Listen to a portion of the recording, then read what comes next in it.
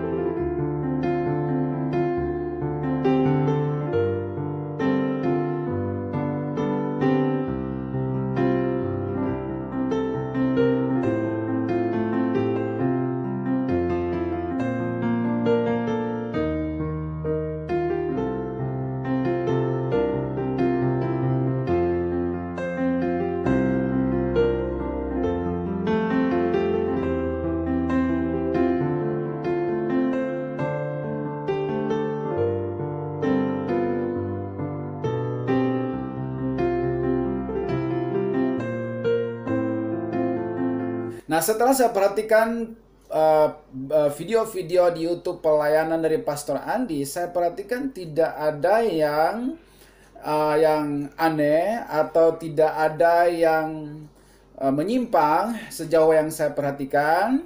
Ya, saya perhatikan sebenarnya sama saja dengan pelayanan-pelayanan KKR yang dilakukan pada waktu-waktu lalu. Hanya bedanya dengan KKR-KKR yang penyembuhan yang dulu sering dilakukan itu biasanya ya apa namanya, melibatkan banyak panitia, ya, kemudian kosnya juga cukup besar karena harus menyewa suatu lapangan atau suatu tempat olahraga, gor atau seperti apa, ya.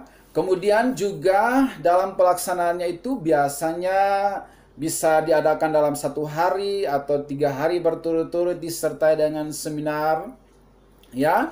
Nah, kemudian pada waktu pelaksanaan KKR itu juga diawali dengan ibadah dulu, praise and worship, khotbah dulu, baru terakhir tantangan bagi mereka yang sakit ini untuk didoakan.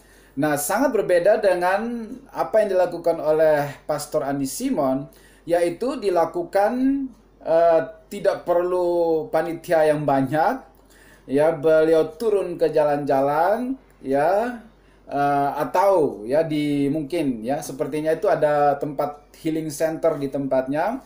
Orang-orang datang, kemudian dia langsung datang doain satu persatu yang sudah antri, membawa ada kertas-kertas mungkin keterangan penyakit atau seperti apa, dan itu dilakukan cukup aktif, ya, hampir setiap hari di masa pandemi selama 2019 yang lalu sampai hari ini.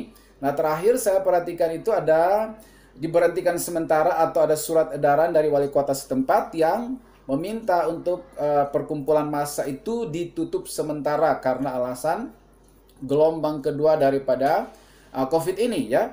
Nah, kemudian kalau dulu KKR itu tadi saya katakan bahwa kadang-kadang 1 hari atau 2-3 hari, ya, dan itu persiapannya bisa berbulan-bulan, kosnya besar. Ini tidak seperti itu. Bisa setiap hari, tidak butuh panitia yang besar, kadang-kadang nggak perlu ibadah khusus, ada praise and worship yang melibatkan musik yang banyak, singers yang banyak, choir, ya. Ini spontan beliau datang langsung melakukannya, ya. Nanti saudara bisa lihat video dari pelayanan beliau, ya.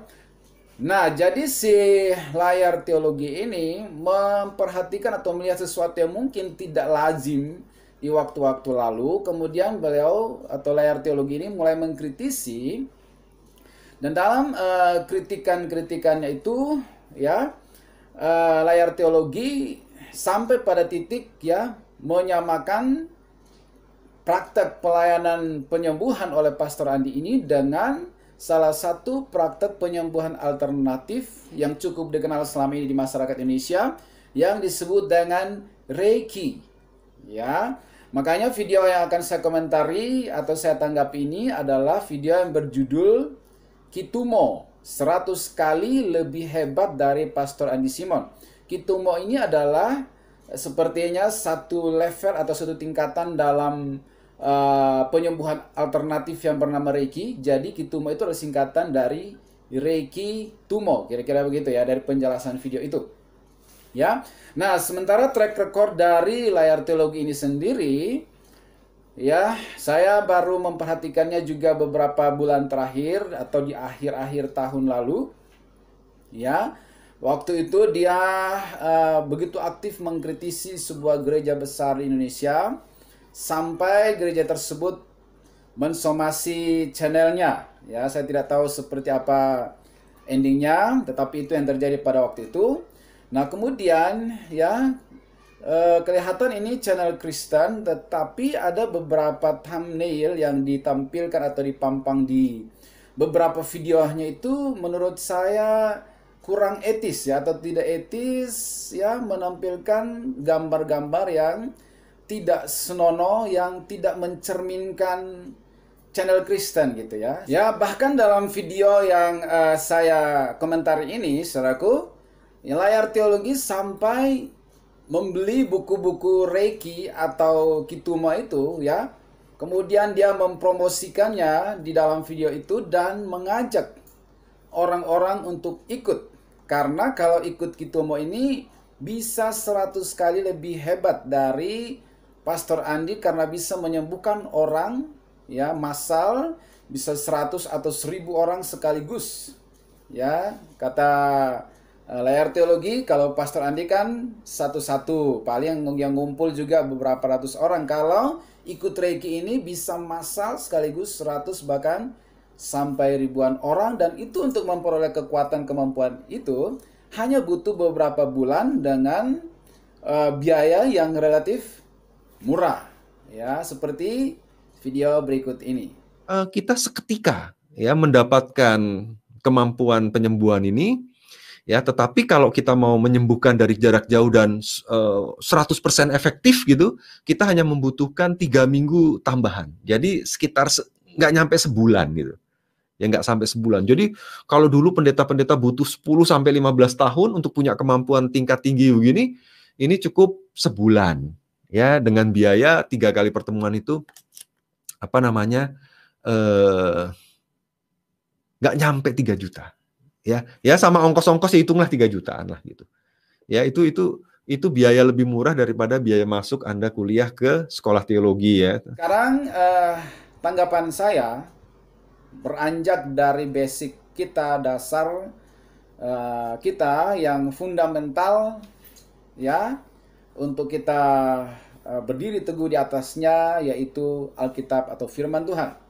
Ya.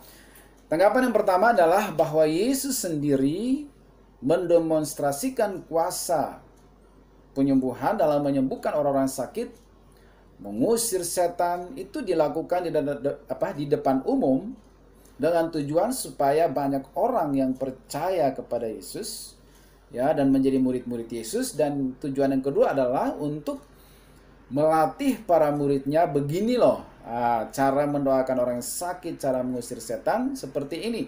Jadi Yesus memberi contoh ya, karena dalam kisah-kisah berikutnya Yesus mengutus muridnya berdoa-doa untuk melakukan hal persis seperti yang Yesus sudah lakukan. Jadi itu tujuan daripada demonstrasi kuasa yang Yesus lakukan di depan umum, bukan di tempat-tempat tersembunyi.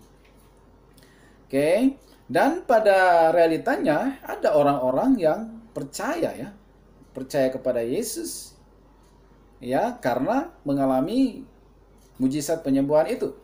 Tetapi jangan salah, ada juga memang yang menghujat ya, dan mempertanyakan kuasa yang digunakan oleh Yesus untuk menyembuhkan orang sakit ataupun mengusir setan.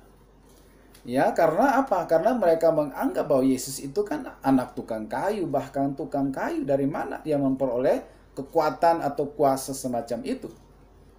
Ya, dan tahukah saudara siapakah yang mempertanyakan kuasa Yesus dalam demonstrasi kuasa itu? Mereka yang mempertanyakan itu ya adalah para ahli Taurat dan orang-orang Farisi.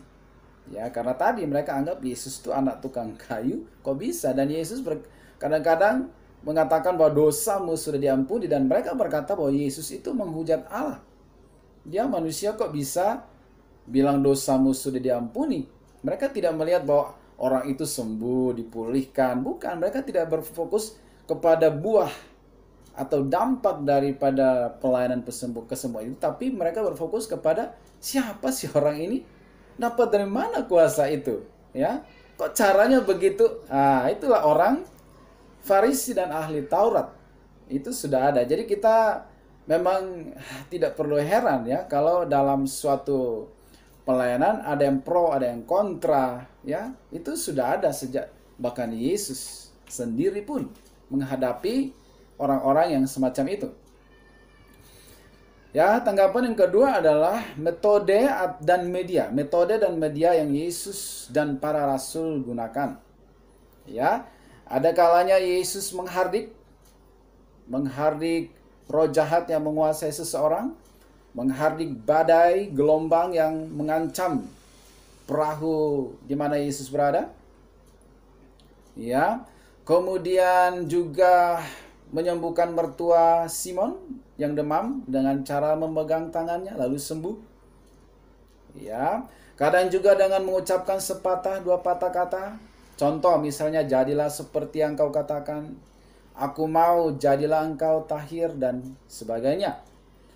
Ya, kemudian ada media yang Yesus pakai, misalnya ludah. Pernah Yesus menyembuhkan orang buta dengan cara ludahnya itu diaduk dengan tanah lalu dioleskan di mata orang buta itu. Lalu orang buta itu diminta untuk membasuh dirinya di kolam Siloam, lalu sembuh. Ya, mungkin kalau ini terjadi hari ini, wah bisa viral lagi tuh ya. Kemudian bahkan jubah Yesus pun ada kekuatan energi yang bisa menyembuhkan ya si wanita yang pendarahan 12 tahun. Pada ketika itu juga Yesus mengetahui bahwa ada tenaga, ada energi yang keluar dari dirinya. Lalu berpaling di tengah orang banyak dan bertanya, siapa yang menjamah jubahku? Jadi waktu si perempuan pendarahan 12 tahun menjamah jubah Yesus dengan iman, Yesus tuh merasakan ada energi, ada tenaga. Di sini pakai istilah tenaga. Ada tenaga yang keluar, ada energi ya yang keluar dari tubuh Yesus. Jadi sebenarnya istilah energi, kekuatan ya nggak ada masalah ya, sama aja ya. Yesus pun berkata bahwa ada tenaga yang keluar dari diri dia saat wanita pendarahan itu menjamah ujung jubahnya. Oke, kemudian dalam perjanjian lama kekuatan mengangkat tangan itu pernah terjadi. Mengangkat tangan kemudian dari jarak jauh ada kekuatan yang turun. Itu pernah terjadi ketika Yosua berperang melawan orang Midian ya. Lalu Musa dari atas bukit mengangkat tangan ya sampai kalau dia kelelahan ditopang oleh Harun dan Hur ya. Kalau tangan Musa terangkat tinggi, Yosua dan pasukannya menang. Kalau tangannya menjadi lemah, ya maka Yosua dan pasukannya kalah. Makanya butuh topangan dari Harun dan Hur. Peperangan yang luar biasa, ya, dan akhirnya dimenangkan. Jadi itu dari jarak jauh. Kekuatan dan jaminan kemenangan Yosua dan pasukannya ternyata ada di balik tangan Musa yang terangkat itu. Ya, jadi itu bukan sesuatu hal yang aneh ya, sudah ada di Alkitab ya. Lalu berikutnya lagi Rasul Petrus, bayangannya pernah menyembuhkan orang-orang sakit yang dibaringkan di pinggir jalan. Lalu waktu Yesus lewat, maksudnya waktu Petrus lewat, bayangannya mengenai orang-orang sakit itu dan mereka sembuh. Kemudian sapu tangan daripada Rasul Paulus pun menyembuhkan orang sakit. Ya, itu adalah metode dan media-media yang Yesus dan para rasul pernah lakukan atau gunakan. Oke. Kemudian yang ketiga, perlu diketahui bahwa di dalam Alkitab ya, orang percaya itu diberi kuasa untuk mengusir setan dan melakukan tanda-tanda ajaib seperti yang ada di dalam Markus pasal 16 ayat 17 sampai 18. Di situ dikatakan bahwa tanda-tanda ini ya akan menyertai orang-orang yang percaya. Mereka akan mengusir setan-setan demi namaku, demi nama Yesus. Mereka akan berbicara dalam bahasa-bahasa yang baru bagi mereka.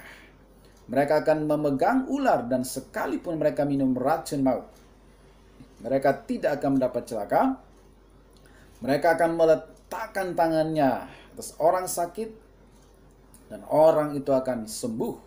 Ya, ini bahkan di sini dikatakan bahwa bukan kepada orang tertentu, tetapi setiap orang-orang percaya bisa melakukan hal ini. Ya. Kemudian di dalam Yohanes pasal 14 ayat 12, di situ firman Tuhan katakan, "Aku berkata kepadamu, sesungguhnya barang siapa percaya kepadaku, ia akan melakukan juga pekerjaan-pekerjaan yang aku lakukan," Yesus lakukan, bahkan pekerjaan-pekerjaan yang lebih besar daripada itu dan seterusnya. Ya, jadi Yesus memberi garansi bahwa kalau kalian percaya kepada saya, kalian bisa lakukan pekerjaan-pekerjaan seperti yang aku lakukan, bahkan bisa jauh lebih besar. Ya, apa kira-kira ya yang bisa jauh lebih besar dari yang Yesus pernah lakukan? Ya, mungkin contoh ya, misalnya dari ruang lingkup. Yesus pada waktu itu ruang lingkupnya hanya di Israel. Dan itu juga menggunakan transportasi yang ada, keledai, kadang-kadang berjalan kaki.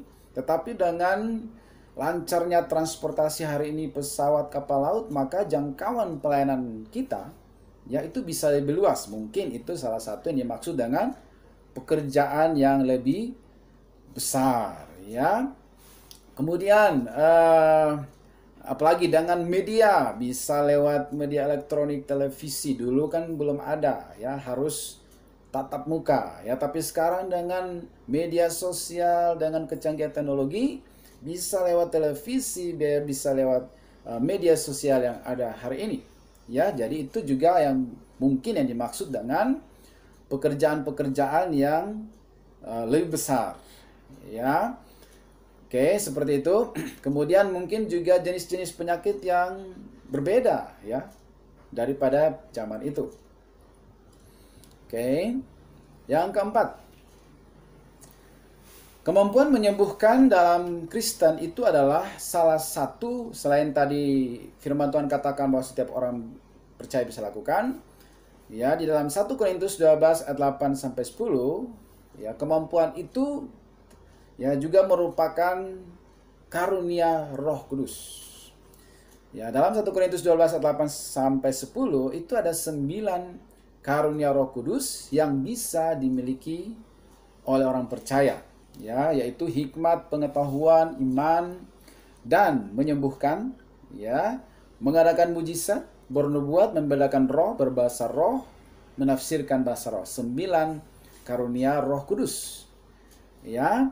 Nah, dan itu adalah karunia Roh Kudus. Nah, karena ini disebut karunia Roh Kudus, berarti orang itu tidak semua orang bisa memperolehnya, gitu ya.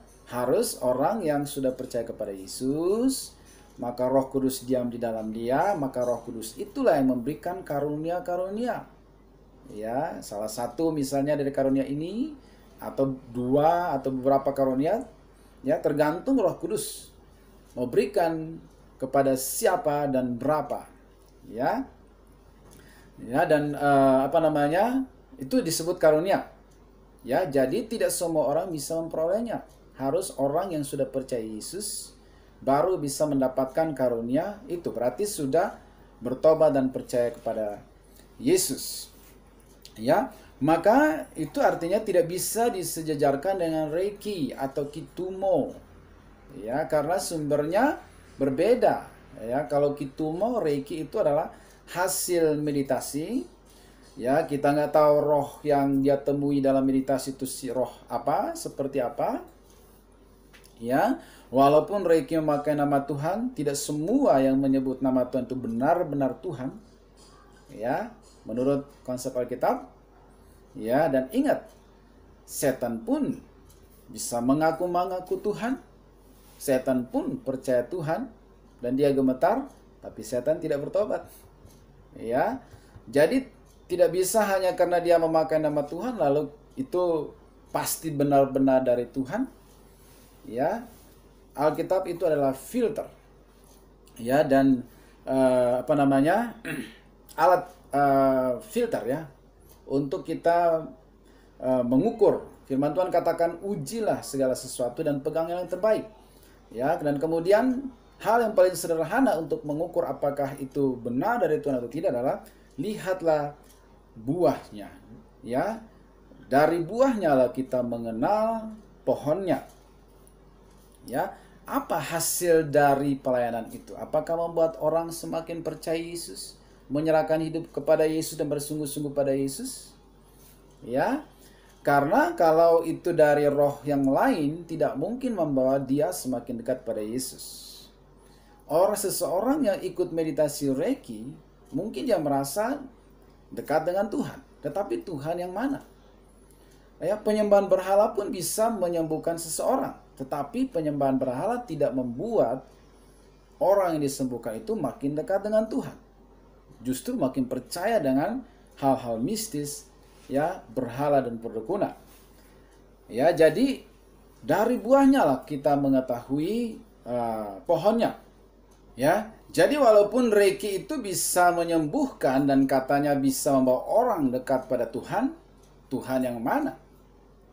Dalam kekristenan kemampuan-kemampuan itu adalah karunia Roh Kudus dan itu artinya orang itu sudah pasti bertobat, percaya Yesus, bersungguh-sungguh dalam hidupnya, Roh Kudus diam dalam dia, kemudian dia diberi anugerah menerima karunia Roh Kudus. Ya, jadi tidak bisa disejajarkan praktek di dalam Reiki, meditasi Reiki dengan karunia Roh Kudus yang diterima orang percaya di dalam menurut firman Tuhan. Oke. Nah, jadi ya bahwa tidak otomatis atau serta-merta orang atau bentuk pelayanan alternatif tertentu menyebut nama Tuhan lalu itu pasti dari Tuhan. Ya, Alkitab punya standar ya tersendiri seperti yang saya jelaskan tadi. Dan ingat bahwa ada namanya white magic yang mungkin memang ya untuk kebaikan, tetapi sumbernya dari mana? Ya, sumbernya bukan dari Tuhan. Maka walaupun istilahnya adalah white magic, selama sumbernya itu bukan dari Tuhan yang kita kenal dalam Yesus, ya, maka itu tidak bisa kita terima sebagai sesuatu yang benar dari Tuhan. Karena kalau dari Tuhan itu orang itu harus percaya Yesus, dan itu adalah karunia daripada Roh Kudus. Itu ya harus jelas. Ya, nah kemudian saya pernah membaca ya atau mengetahui sebuah kesaksian dari seorang peramal, atau kalau di Jakarta itu disebut tukang kuamnya, ya, yaitu Pak Harun Yusuf. Ya, saudara bisa atau layar teologi bisa mengakses video-videonya dan kesaksiannya di YouTube. Saya pernah mengutipnya dalam satu kelas yang saya tangani. Ya, nanti saya akan tunjukkan kisah daripada Harun Yusuf. Dia meramal nasib banyak orang dan banyak orang ya mengalami nasib yang baik dari ramalan-ramalan itu, tetapi ada satu peristiwa yang terjadi dalam hidup dia yang membuat dia akhirnya meninggalkan semua praktek itu, dan hari ini dia menjadi hamba Tuhan, penginjil keliling, bersaksi dan melayani Tuhan Yesus. Yang dia lakukan itu baik, mungkin masuk dalam kategori white magic. Ilmunya itu untuk kebaikan, tidak ada nyakitin siapa-siapa, tetapi dia harus tinggalkan apa yang kelihatan baik itu untuk naik level kepada apa yang benar di dalam Yesus Kristus. Seperti berikut ini kutipan videonya. Kisah pertobatannya itu seperti ini ya. Jadi ya suatu hari di tengah kejayaan dia sebagai tukang ramal, dia mempunyai seorang anak laki-laki, anak pertama yang sangat dia banggakan. Ya, saya yakin bahwa di setiap suku kalau punya anak pertama laki-laki itu bangganya luar biasa. Termasuk si Yusuf Harun ini punya anak laki-laki pertama, betapa bangga dan senangnya ya karena punya anak pertama laki-laki. Nah, tetapi waktu anak ini masih kanak-kanak, tiba-tiba anak ini menderita sakit, kemudian dibawa ke rumah sakit. Ya, saking sayang sama anak ini, dia nggak izinkan orang lain menjaga, dia sendiri berkorban siang malam nggak pulang-pulang. Pokoknya dia stay di rumah sakit menjaga anak laki-laki pertama kesayangannya. Tapi ya kenyataan berkata lain, anak ini yang dia sayang sekali, yang dia banggakan, meninggal. Ya, setelah dirawat beberapa hari di rumah sakit, ternyata meninggal. Nah, ketika anaknya ini meninggal, di situ dia mulai tergoncang dan timbul pertanyaan di dalam hatinya, ya, kenapa anaknya bisa meninggal, padahal dia bisa meramal nasib orang lain dan orang lain itu berubah nasibnya dan jadi baik. Kenapa giliran dia dalam kesulitan, anak yang dia sayang sakit, kok dewa-dewi yang dia sembah selama ini kok sepertinya tinggal dia membisu dan tidak menolong dia? Sehingga itu menjadi suatu big question ya. Pertanyaan yang besar di dalam hati dan pikirannya. Kenapa aku tidak ditolong di saat aku butuh pertolongan? Padahal pekerjaanku sehari-hari adalah menolong meramal nasib orang lain. Ya, jadi sudah ada mulai goncangan di hatinya dan juga pertanyaan besar. Ya, namun akal sehatnya juga masih jalan dan dia berkata mungkin ini karena kelalaian. Karena faktor normal kelalaian, kami kurang hati-hati dalam menjaga dia dan lain sebagainya. Ya, sehingga setelah lewat masa kesedihannya, dia bersepakat lagi dan istrinya untuk mengharapkan anak yang kedua. Dan kali ini mereka berkomitmen untuk lebih ekstra hati-hati lagi. Kalau diizinkan punya anak lagi, mereka akan ekstra hati-hati dan lebih rajin lagi kontrol ke dokter. Ya, tidak lama kemudian istrinya mengandung lagi anak kedua dan sesuai komitmen mereka ekstra hati-hati baik itu dalam makanan, menjaga kesehatan, dan juga rajin sekali check up ke dokter. Ya, begitu hati-hatinya mereka. Ya, nah, pada kehamilan bulan kesekian, tiba-tiba anak ini mengalami gangguan di dalam kandungan, sehingga itu perlu dirawat. Singkat cerita, istrinya dibawa ke rumah sakit, dirawat lagi beberapa hari di sana, dan kenyataan berkata lain lagi. Anaknya ini yang kedua meninggal di dalam kandungan. Wah, makin terguncanglah hati daripada Yusuf Harun, seorang peramal yang populer dan terkenal ternama di Jakarta. Pertanyaannya makin besar dan kegoncangan di dalam hatinya makin luar biasa. Ya, mengapa saya sudah menolong banyak orang, giliran saya kok nggak ditolong? Kira-kira seperti itu ya. Nah, dalam kegalauannya, kepanikan dan kegelisahan, kekecewaannya, ya, tiba-tiba dia mendengar suara, ya, dan akhirnya dia menyadari bahwa itu adalah suara Tuhan yang buat dia bertobat.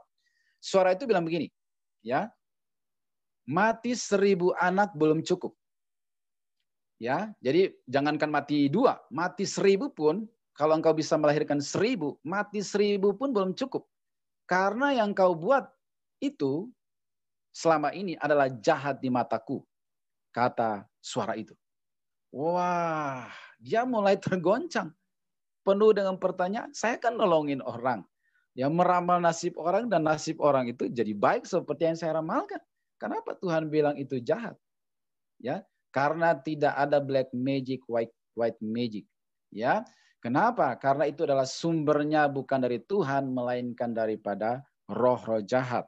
Ya, walaupun ada hasil dari ramalan itu, tetapi tidak membawa orang itu lebih dekat kepada Tuhan, tetapi membawa orang itu menjauh dari Tuhan, lebih dekat kepada roh jahat dan roh peramal. Ya, seperti itu. Jadi suara itu, pernyataan yang bilang mati 1000 pun tidak cukup karena yang kau buat itu adalah jahat di mataku, membuat dia berbalik, bertobat, dan menyerahkan hidupnya kepada Tuhan Yesus. Singkat cerita, dalam proses yang berikutnya, kemudian dia bertobat, menyerahkan hidup kepada Yesus, dan sekarang dia melayani Tuhan sebagai penginjil hamba Tuhan, dan bersaksi di berbagai gereja, diundang kemana-mana untuk berkhotbah. Ya, yang kelima atau yang terakhir, Layar Teologia juga menanyakan bagaimana cara meningkatkan energi dalam diri kita seperti yang ada dalam Reiki. Ya, pastinya ada ya. Oke. Nah, di dalam 2 Timotius pasal 1 ayat 6, ini pesan Rasul Paulus kepada Timotius. Bunyinya seperti ini. Karena itulah kuperingatkan engkau, Timotius, untuk mengobarkan karunia Allah yang ada padamu oleh penumpangan tanganku atasmu. Jadi cara meningkatkan ya kuasa, kemampuan yang Tuhan berikan kepada kita atau karunia yang diterima orang percaya dari Roh Kudus itu dengan cara mengobarkannya. Apa itu mengobarkan? Artinya semakin sering dia dipakai sesuai fungsi dan tujuannya, maka dia akan semakin berguna, semakin berkembang, semakin bermanfaat, semakin bertambah-tambah, dan semakin berlimpah-limpah. Ya, kalau di Reiki mungkin harus meditasi seperti apa lagi untuk meningkatkan level kemampuan itu. Di Alkitab itu dikobarkan. Semakin sering ya karunia itu dipakai sesuai fungsi dan tujuannya, semakin bertambah-tambah, berlimpah-limpah, dan sangat bermanfaat bagi orang yang menerima pelayanan daripada karunia itu. Ya, jadi bagaimana cara terbaik untuk mengobarkan sebuah karunia? Ya, dengan sesering mungkin. Menggunakannya dengan benar untuk memuliakan nama Tuhan Yesus, bukan untuk komersil atau mencari pujian bagi diri sendiri. Ya, jadi mudah-mudahan dengan penjelasan ini hal-hal yang dipertanyakan oleh Layar Teologi bisa terjawab dengan sendirinya. Dan semoga video ini bermanfaat bagi semua kita yang menonton, yang mungkin juga ya bertanya-tanya apakah model pastor pelayanan Pastor Andi itu benarkah atau seperti apa. Ya, kalau prinsip Alkitab itu lihat buahnya. Apakah hasil pelayanan itu membuat orang semakin percaya Yesus? ya, semakin dekat dengan Tuhan Yesus atau semakin jauh, ya, sangat simple, ya. Dan kita juga supaya jangan terjebak dalam mudah menghakimi seseorang. Kalau menurut pengamatan saya tidak ada yang menyimpang, tidak ada yang aneh sejauh yang saya lihat dari video-videonya. Ya, dan itu adalah karunia yang diberikan Tuhan dan beliau sedang mengobarkannya. Karena itulah cara terbaik untuk meningkatkan, ya, kemampuan dari karunia itu yang diberikan kepada orang percaya. Kiranya video ini bermanfaat bagi kita semua. God bless you.